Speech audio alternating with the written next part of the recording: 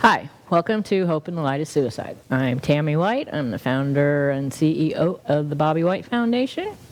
Hi, I'm Bonni Snyder, co-host of Hope in the Light of Suicide, resident mental health professional.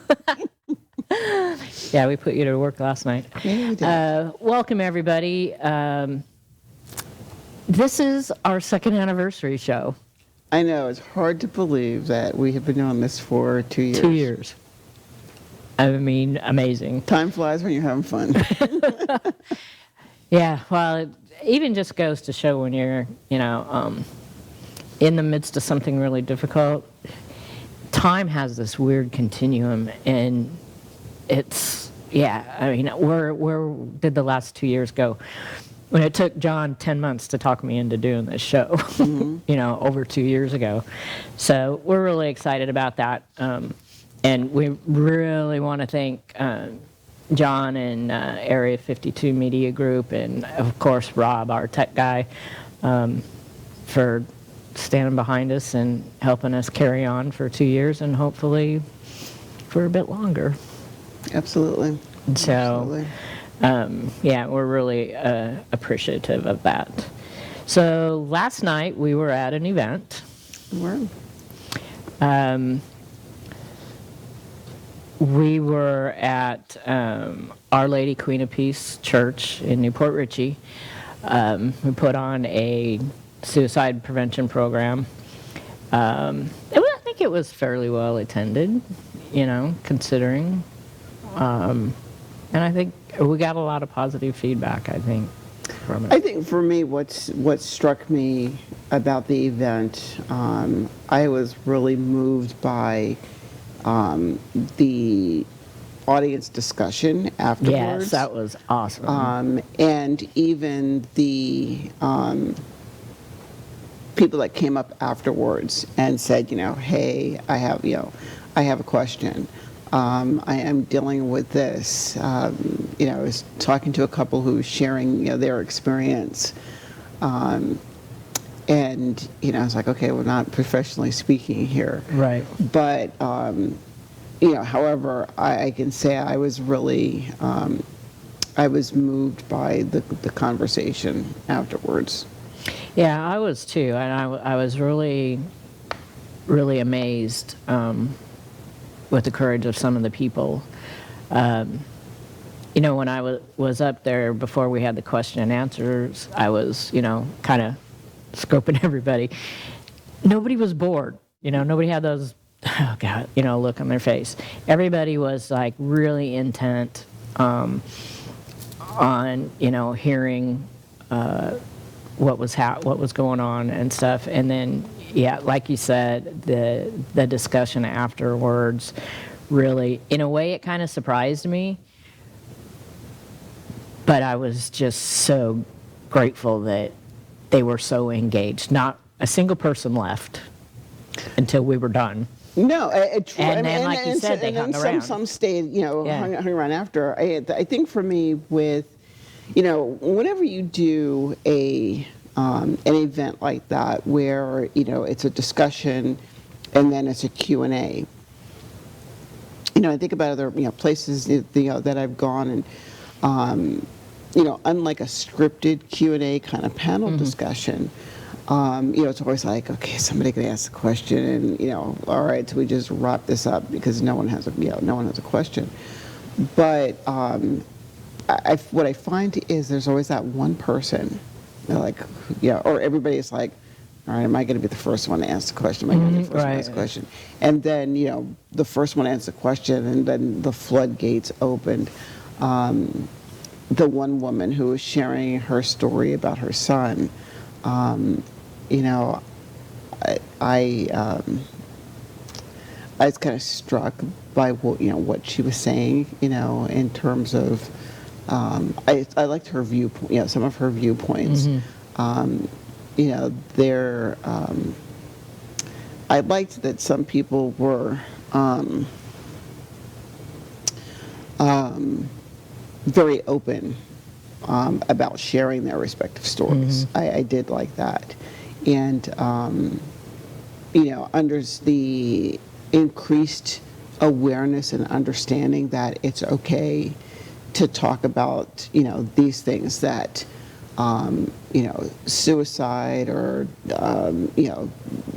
in the mental health types of circumstances that led up to the suicide is not the dirty little secret that we, Right. keep behind closed doors, or you only, this event was in a church, you only talk about it in church, or you don't do, you don't bring it outside the family. Right. So yeah, I was moved by that. Yeah, I was too. I think it was a good event, and hopefully, I haven't received any of the feedback information yet, but hopefully they'll be open to us doing something in the spring with the community partners that we all work with, to bring that discussion further, and to let people know, which we had resources available, for them, and a lot of people, a lot of people took, the information. So I think for it being at the Catholic Church and starting that open discussion, I think with the people that were there, that's just going to take it further. And I was really happy about that. I was kind of nervous about it because I hadn't done any public speaking per se in almost 3 years. As when we first started going out to organizations, I think I did my fourth one like on March 12th, and then March 13th, everything shut down. And that's kind of like a year later where we pivoted to do this show because we weren't able to go out and talk to people. And I know this is going to sound contradictory, but it's not meant to. I would see we'd be doing this even if COVID didn't happen. I'm sure we would. So. But along with that, I wonder too. God, I just yelled. Sorry, Rob. Just blew Rob's eardrums out. No, seriously. I think we would have been doing this even if it weren't, for the pandemic. At the same time, I do recognize that the pandemic is probably the catalyst that pushed this into, right. this into happening. I'm trying to think, who was I talking to? It was coworkers, on my job. We were talking about, the community involvement in things like this, in attacking, or not attacking, that's not the word I wanted to use, tackling, topics such as this, suicide, addiction, et cetera, et cetera. And how we're finding that people are really starting to re-engage, and that some people are moving away from the Zoom platform and wanting to be more in person. And like when we did the vigil, the candlelight vigil, there was there's always a nervousness that goes, that accompanies when you are doing an event. Are people going to show up? I'm putting, in that particular vigil, like the vigil just happened, okay, we go into the planning phase for the next one. Right. It's like, okay, we call it roses and thorns. What well, what didn't, go well, what do we need for the next time? But again, like that event, or, the event, that we had last night, that first thought in my mind is always, how many people are going to show up? And are they going to, how are they going to receive the message that I had, going forward? And that one woman who, and I forget who she was talking about, but there were multiple times where she used the verbiage commit suicide. I know. Every time she said it, I wanted to say died by suicide. Can we please not say commit? Well, and it's funny because when the one woman who talked a lot, and I was kind of trying to slow her down so we could get to other questions, and she said, that, and I said, now, this is when I said, we're trying to change the verbiage. And then after that, everybody still said committed suicide every time. And but it's hard. It's, it's just the way things have been for so long, so trying to get that wrapped around people's brains. And you're true. I think the difficulty in it becomes one of we're so conditioned to identify things in a certain way. So, but when the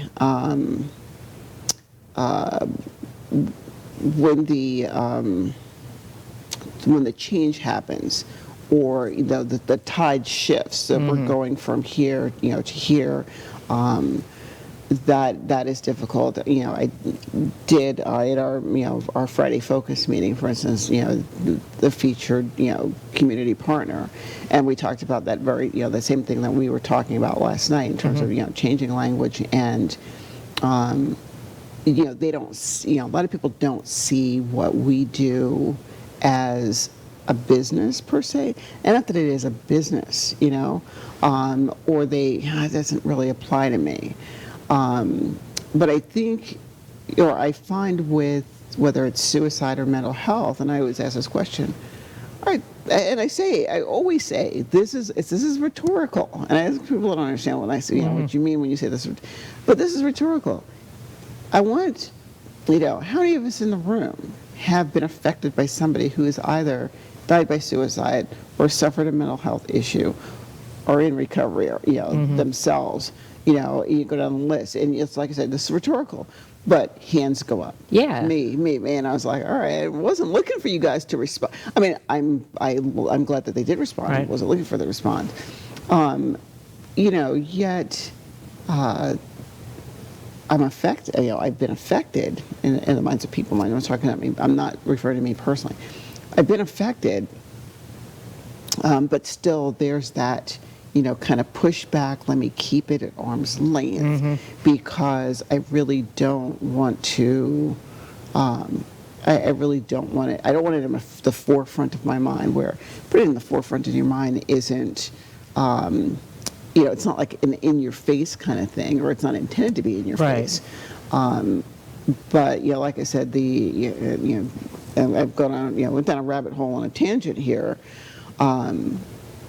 over again how impressed I was last night with the audience members speaking up, especially I would say that one lady who was talking. I think she kind of started the ball rolling. And you're right. I was like, I love your story. I'm listening to it, but there were a few other people with questions, and in the interest of time, let's do it.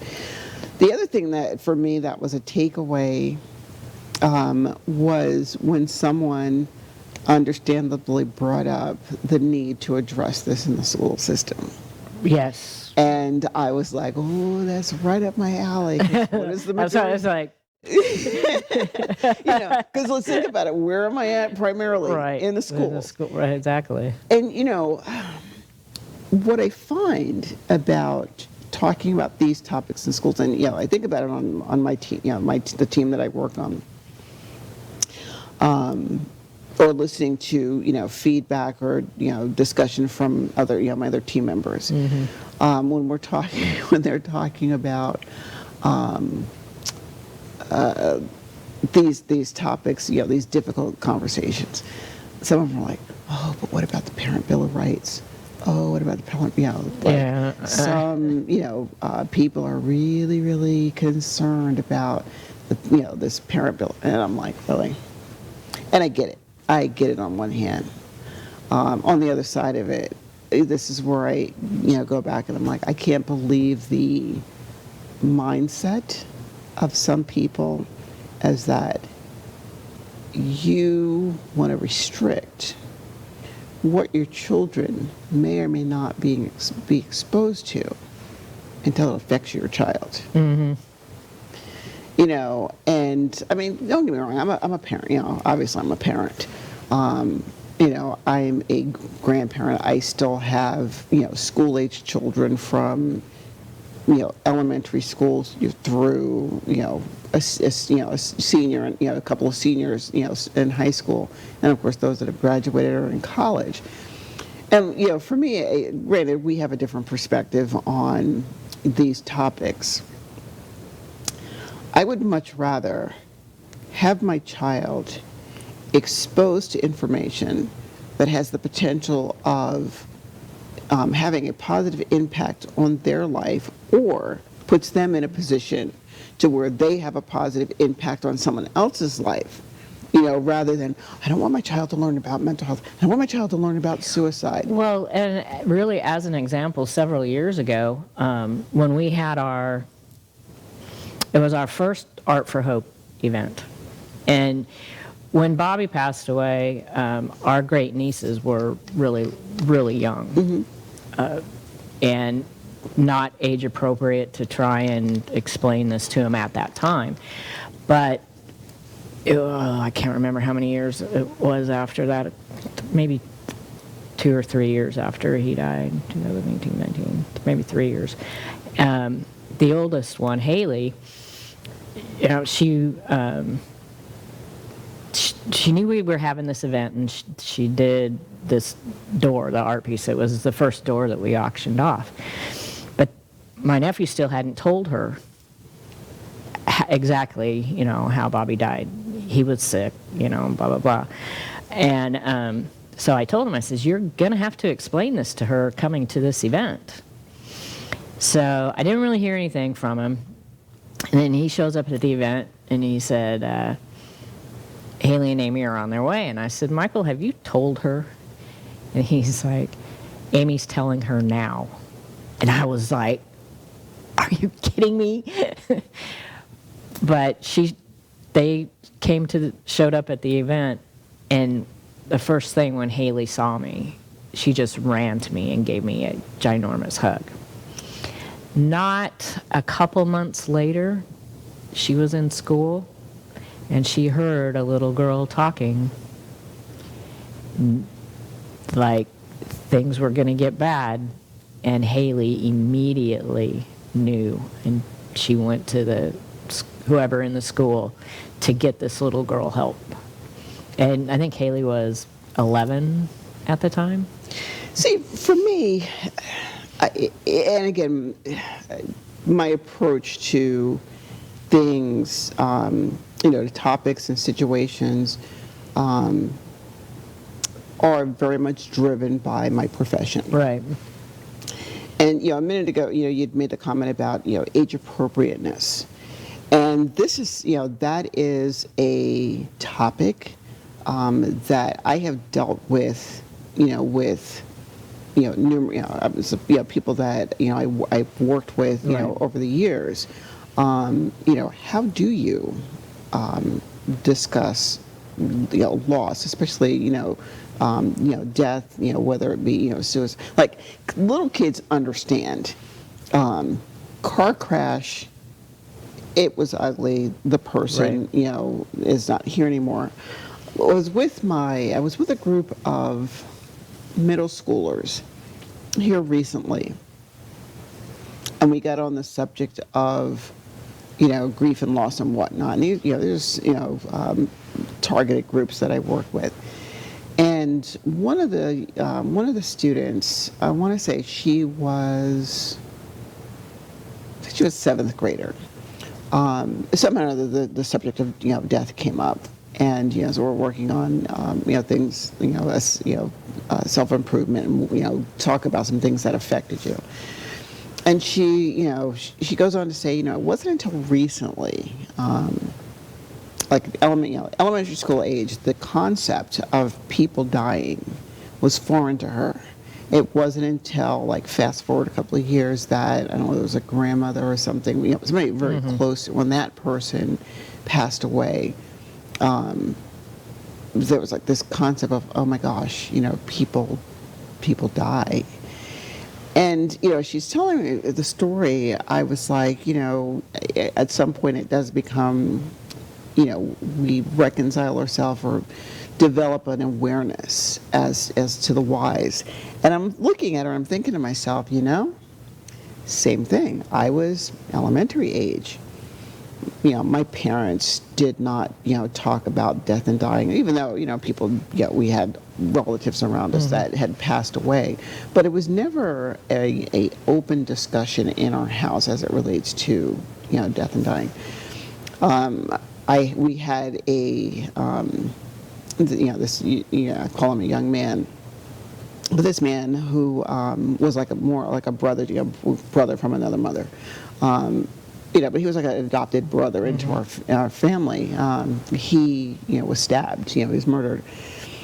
That was my first realization that people die.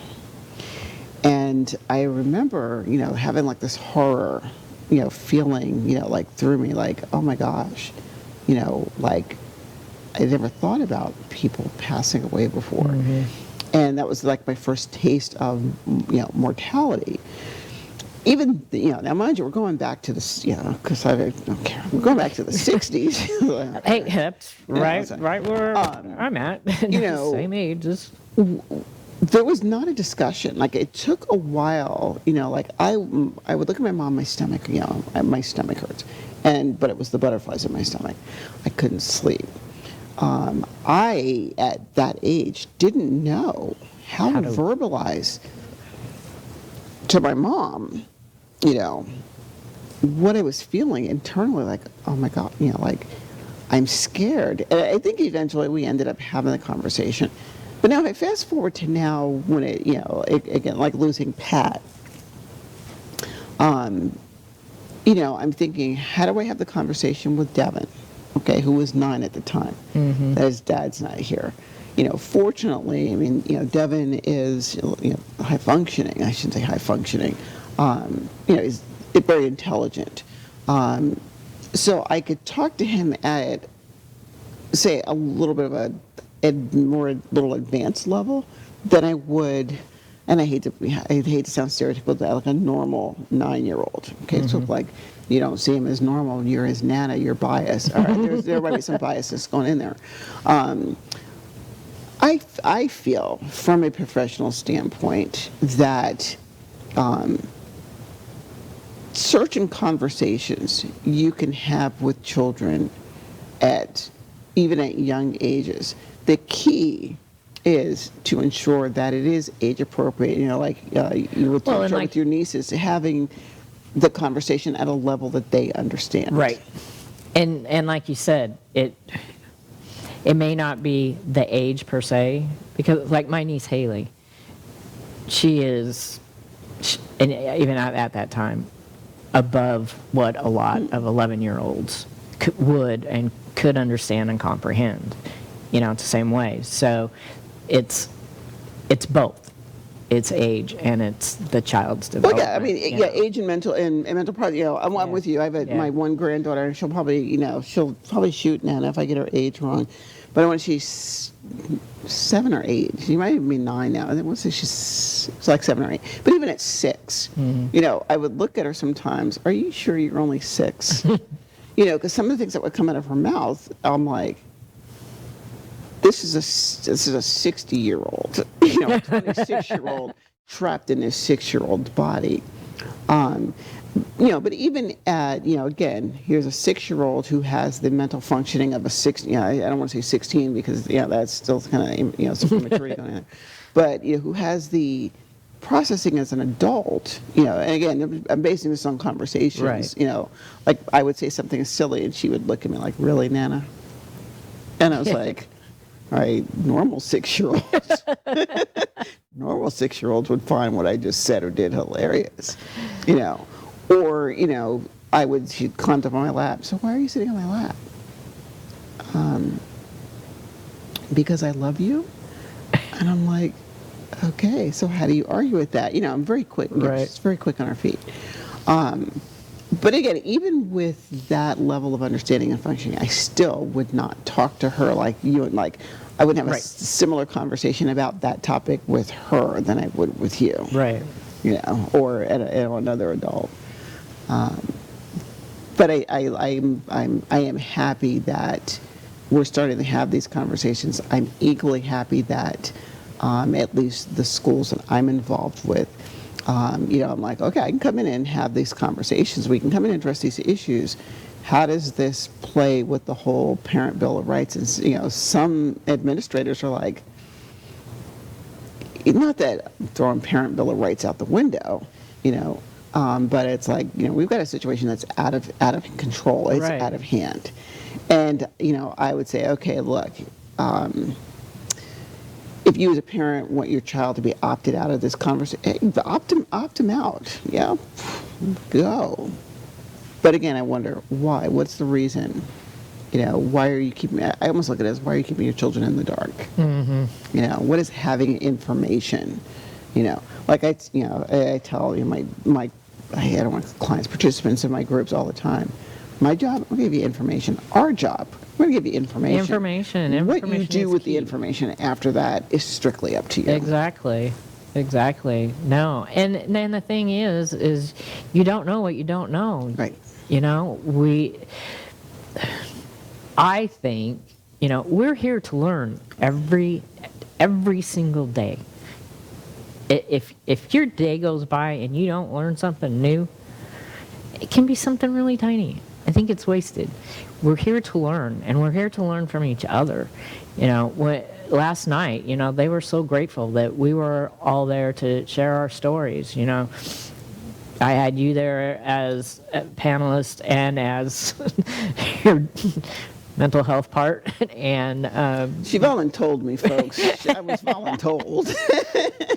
well, so was my sister-in-law. She did. So. Mary did tell me that. I looked at her and I was like, and it's like, I knew, I remembered her name was Mary, but I was like, I really suck at remembering names. But I happened to see her, we were happened to be in the ladies' room at the same time. And I was like, hello. And I said, I suck with names. I know you're Tammy's, and she's like, Mary. And I said, that's what I kind of thought. But I was like, yeah, I was kind of voluntold to get here. And she goes, yeah, me too. But we say that jokingly, but lovingly. Oh, I know. I know. No, and I'm really grateful to have, the support from my sister-in-law. She's the one that kind of can handle it and deals with it better than the other siblings. Although, afterwards she got teary-eyed a few times, and I've never really seen her do that, but because the thing is, she always just tries to focus on the positive things, the good memories, and what I realized after last night is she hasn't really dealt with the pain of it, and that was what the emotions were, and she told me that, and you have to deal with the pain of it too. You can't just, and I think that, even with my brother-in-law, which we spoke about, they don't talk about it. And the only thing that anybody talks about, if they do, is the good. I don't think they're really processing the pain of the whole situation and how they're coping with it. I think it's shoved down. I think what happens with that sometimes when people are afraid to, whether it's process or deal with how they're feeling internally, because of that fear of the finger pointing, it's not about you. Yeah, it isn't about you. I think of like from the early days of us doing this show, and after a while I think somebody said something to me, it's like, it sounds like you're in a therapy session with yourself. I know. Well, even Rob even said that, I think, at one point. I was like, well, I wasn't calling any names, but but seriously, and it was like, what, I get it from a perspective. It's like, okay, what, in our line of work, we call it stuck point. Okay, well, I'm stuck on this. Like, how many times do I have to how many times am I going to revisit this same thing before I move past it? And at the same time, even if I can't move past it, sometimes with grief and this topic, in general, it has to be about us, because who are we? We're the lost survivors. The person who's gone is gone. Yeah. And I'm not gonna say they're not, like they're, if you're one who believes in faith, like I was listening to, I think Mary said it last night. It's like, and then the lady who was talking about her loved one. They said, was it her brother when he jumped from the window? Yeah, they and said, she was the one who he jumped organized it. into the hands of God. Right. And I'm like, okay, so I mean, not knocking. I believe in God, but as not knocking faith and everything. And then I think at one point, I think it was Mary who said he's where he needs to be. He's not here anymore. He's and again, faith, belief, he's in heaven. And I sat back and I'm like, all right, I hear what you're saying. It makes sense. I agree with it.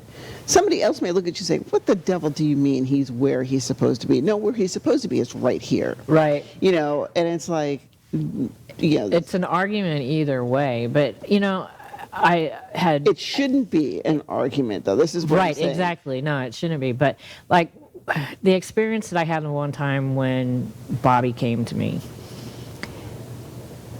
the main thing for him was he wasn't in pain anymore. I mean, he told me that. He wasn't in pain anymore. Now, I have to process that because, okay, you're not, but I am. And in a lot, And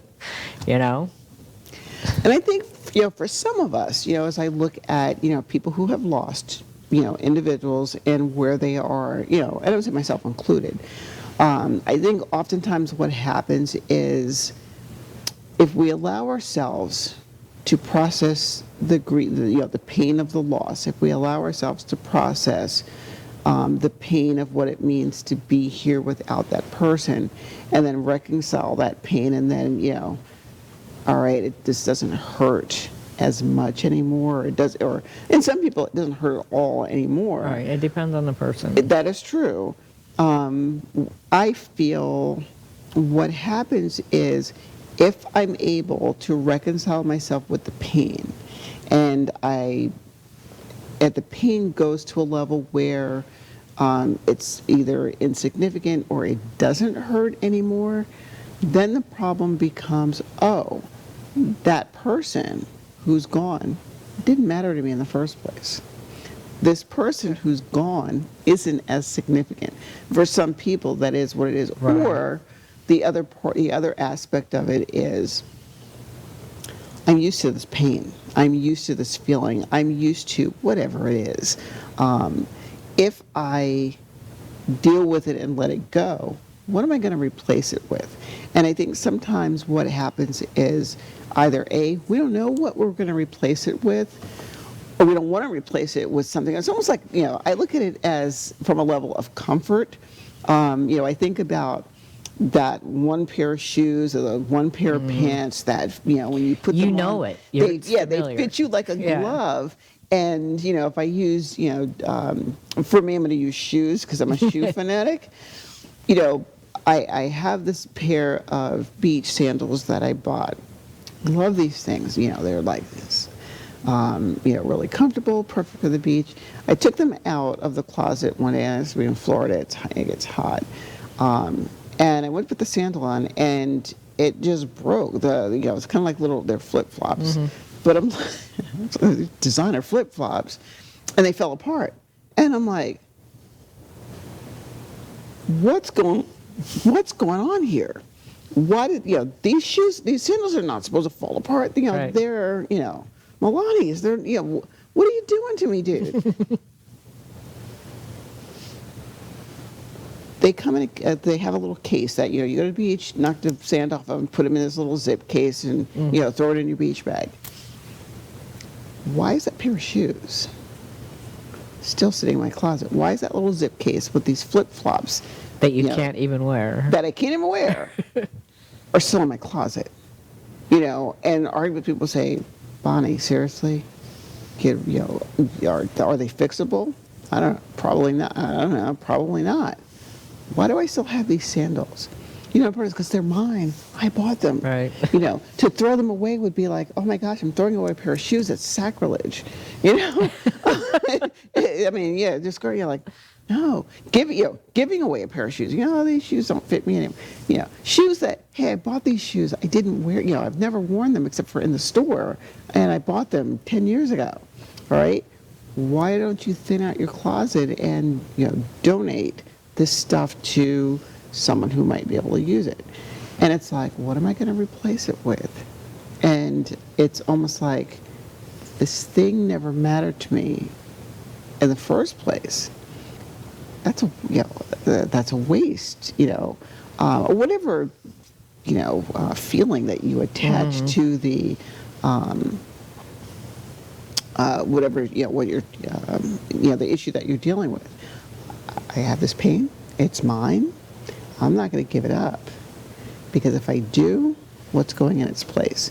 And oftentimes what's going, you know, and sometimes the feeling, you know, repeat, what's going in its place is, you didn't matter. Well, that's not the case at all. Yeah, I mean, I think that is extremely true of a lot of people, you know, and it's, and I can see it and I can feel it, because it's like, you know, it's familiar and it's what you know, and you don't want, it's like releasing that person or releasing that feeling, and what's going to be there? Emptiness? Something else? Who knows? And it's a lot to work on and a lot to deal with. It is. I mean, even when you're looking at, you know, like positive things, you know, like, you know, again, my personal life for a minute, you know, being single, you know, it's like, fully love being single. It's me. It's my, you know, and then it's like going from being single to not, you know, and it's like, wait a minute now. I just replaced this familiarity with something else. But then what happens if, you know, I want to be, you know, I'm single again. Oh, Greg, I'm not going anywhere. You see this? He's not in the studio. Don't let him watch No, it. really, no. He'll probably watch it. He's like, what did you say? Or somebody will watch it like, do you know what she said? But no, seriously. You know, so if we look at, you know, grief and loss, you know, feeling in the terms of, you know, let's put it in the terms of a person. So single, no person in your life. Relationship, you've got a person in your life. Something happens, that person is no longer in your life. Well, let's think about it for a moment. Over on this side, you grieve the loss of the relationship. You sit back and you process, oh, we had these really good times together with this person. This person's not coming back. And so, depending upon how important that relationship was to you, how you deal with it over on, you know, this, you know, the afterwards, again, it's depending upon how important this was. The concept is still the same. So if I look at do a comparison of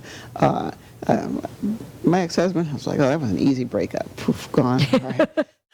You know, no real grieving process afterwards. Okay. Now, one would say, well, why is that? Well, you know, I know it sounds like I'm bashing, you know, I'm not really. Kind of. But no, seriously, when you're dealing, you know, when you're in the throes of it, it's like, Right. okay, so there are some dynamics in here that made this a little easier. So if I look at, for example, my grandfather, all right, Daddy was sick for a long, long time. All right, so here, while he's here, we're dealing with the, you know what, it's a matter of time. It's just a matter of time. And, you know, I remember when I got the call that he was gone, it was like, okay, I was prepped for it, you know, versus, you know, Pat or Aiden, you know, Bobby or whatnot, different kind of loss. The processing over here takes it. But eventually, you know what, if I was happy over here, here's the situation. Eventually over here, I got happy again. You know, it's possible. And again, being happy doesn't mean that, you know, and people like Bonni, it's a really bad comparison to compare it to a relationship. Yes and no. Yes and no. Because at one point in the throes of that relationship, you cared for that person. I mean, you wouldn't. Do you just arbitrarily go into relationships with people that you don't like? I guess if you're into that kind of thing, But at the same time, it's like at one point you were vested in this relationship. It had meaning for. If it didn't, there wouldn't be the hurt over here. Well, and I can relate that, I think, to, when I was married the first time. And I was happy, everything was good.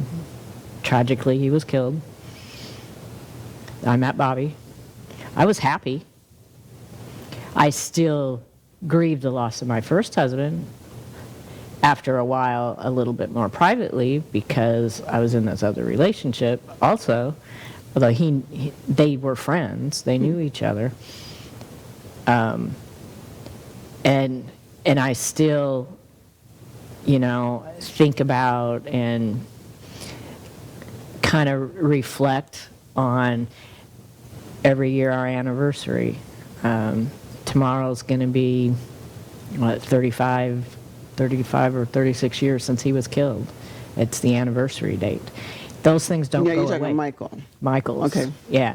And like a couple of weeks ago, their birthdays are a day apart. Mm-hmm.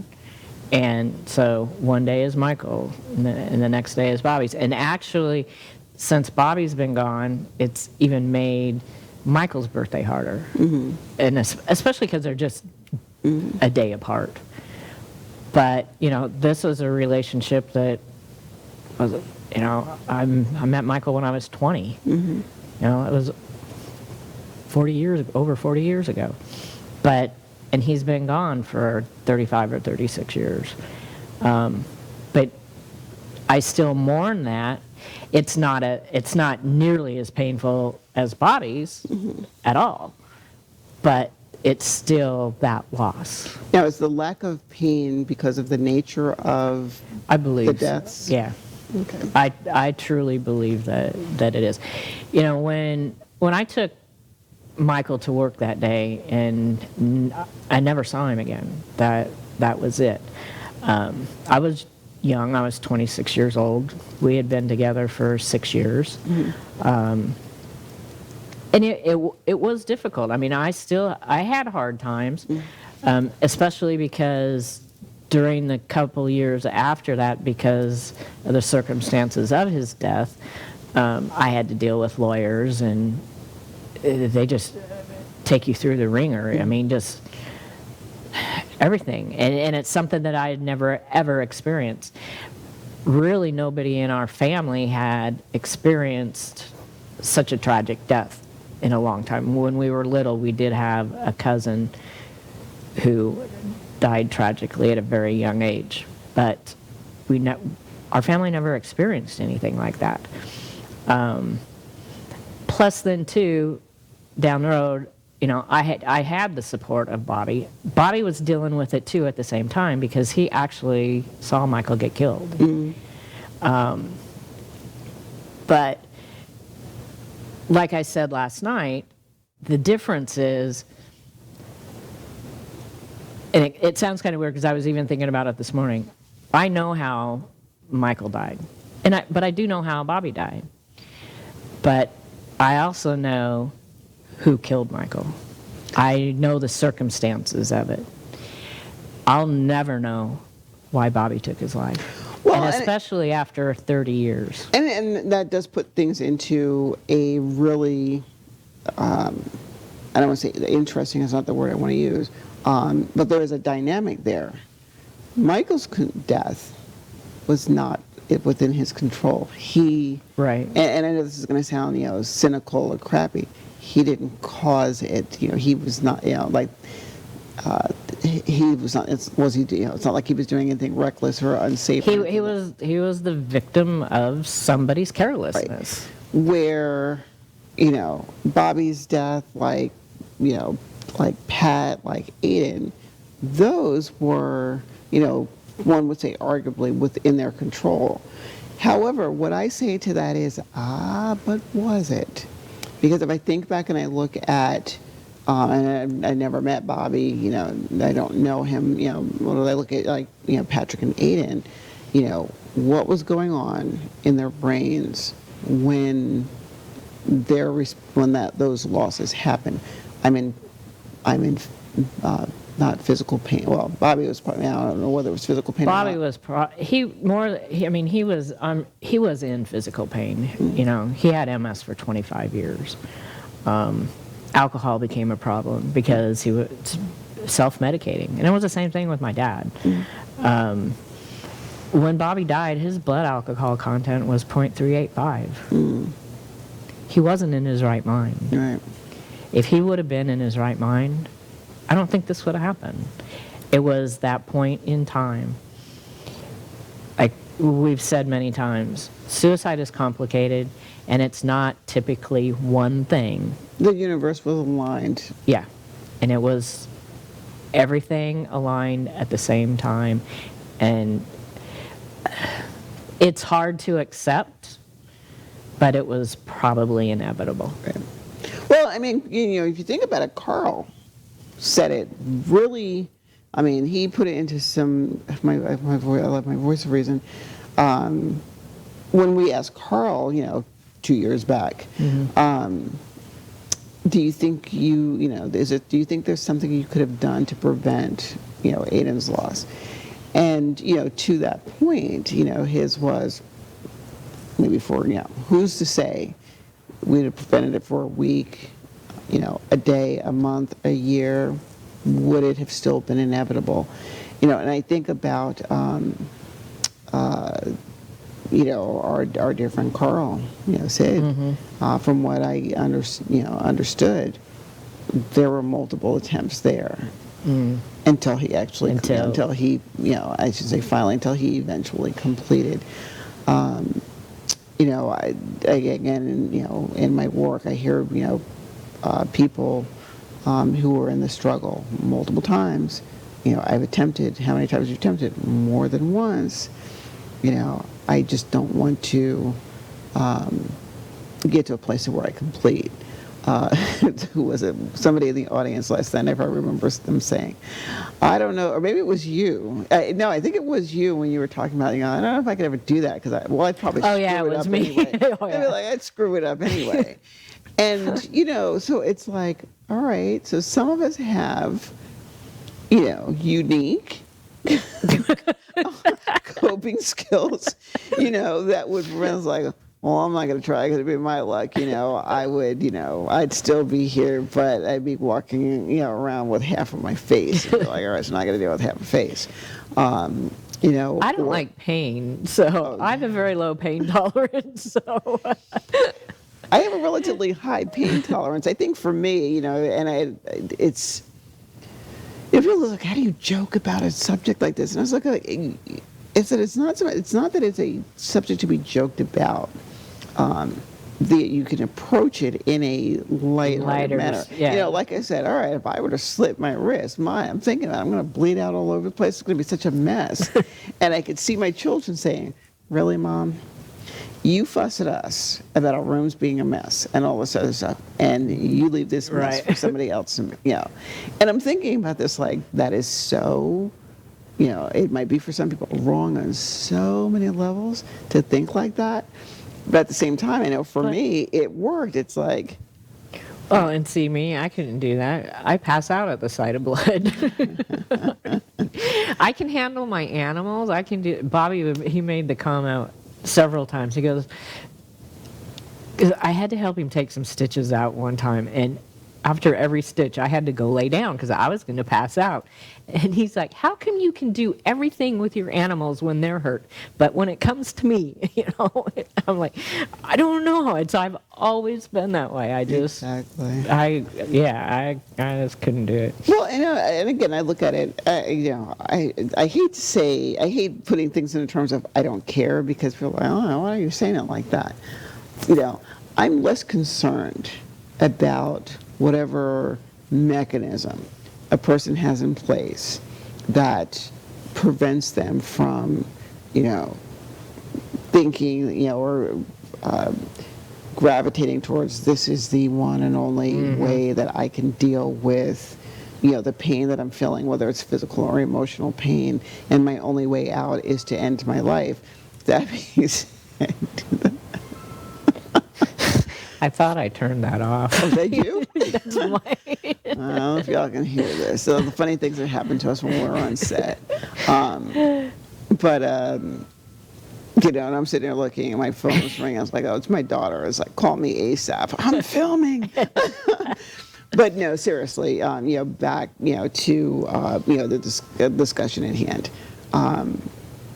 It doesn't matter, and again, thinking about last night, how several people were saying, no coping skills, no coping skills, no coping skills. Yeah. And I look at it as like, that right there is key. Oftentimes we may have the best coping skills in the world. Like, I think, again, let me personalize just for a second.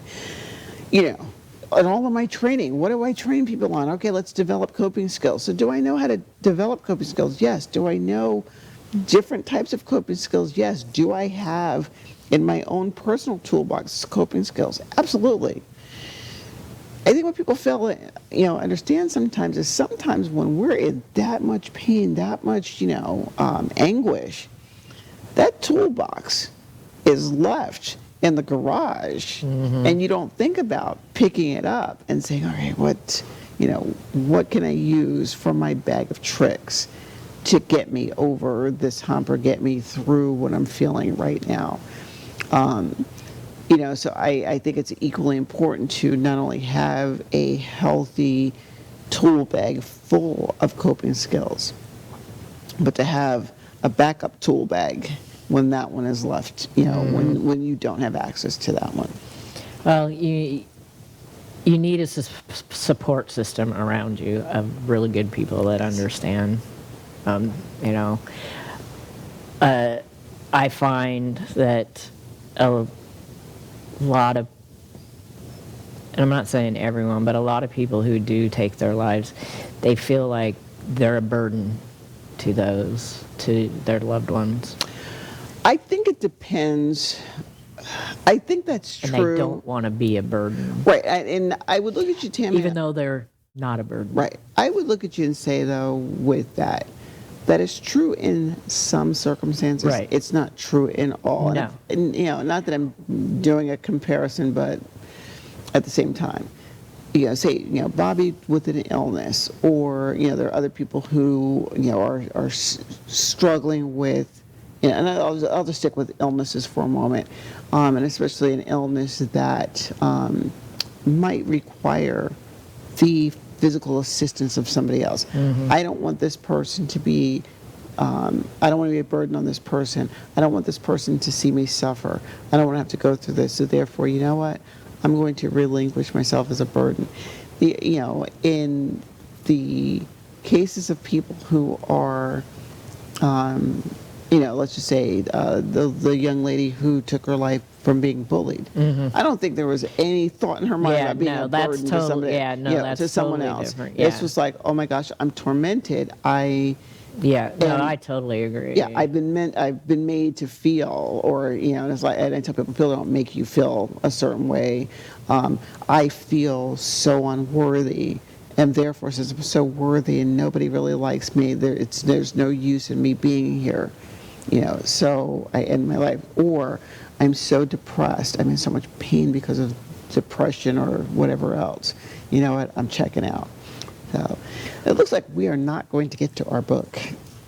Well, that's not too much of a surprise. Not too much of a surprise. And we're not physically in the studio next week. Yes, we will not be physically in the studio next week. I have a fundraiser event with WPBA we're both members of, How the Grinch Saved Christmas, and one of the families that the foundation is working with was nominated and is one of the families that WPBA is going to be helping out at Christmas time. So I'm doing my volunteering stuff, getting set up, and then I'm there that evening with the families, helping represent them, and I'm really excited about that.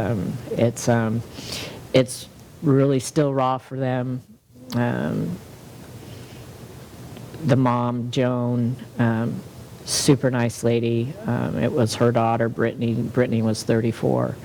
And there's 2 small children, and her partner who works in law enforcement. And he hasn't gone back to work. He doesn't even know if he wants to. So we're trying to ease the holidays a teeny bit for him. Yeah, I unfortunately, I'm going to miss the event itself. I gave WPPA my donation, for the event this morning at our meeting. It's my daughter's birthday, and so we had, it's like when things happen, it's like, oh wait a minute, this is on the same day as that, and so yeah, it's her birthday. So Can't clone ourselves yet. No, that's it. So let's get to. We want to get to our quote? Let's do our phone numbers. Okay. Or do we? I don't. Yeah. We'll do the phone numbers. Please, I impress you. Put these numbers in your phone. It's easier now that the new 988 number is a call or text number. You just never know when they'll come in handy. And our positive quote you have is today? A positive attitude. Oh, I can't even see the quote. A positive attitude can cause a chain reaction of positive thoughts, events, and outcomes. It is a catalyst, and it sparks extraordinary results. And I picked this one because I think it speaks volumes. If you look at, how we approach things from a mindset, helps us in the not mindset. And, for us here, as we always say, There's always hope. Thank you all.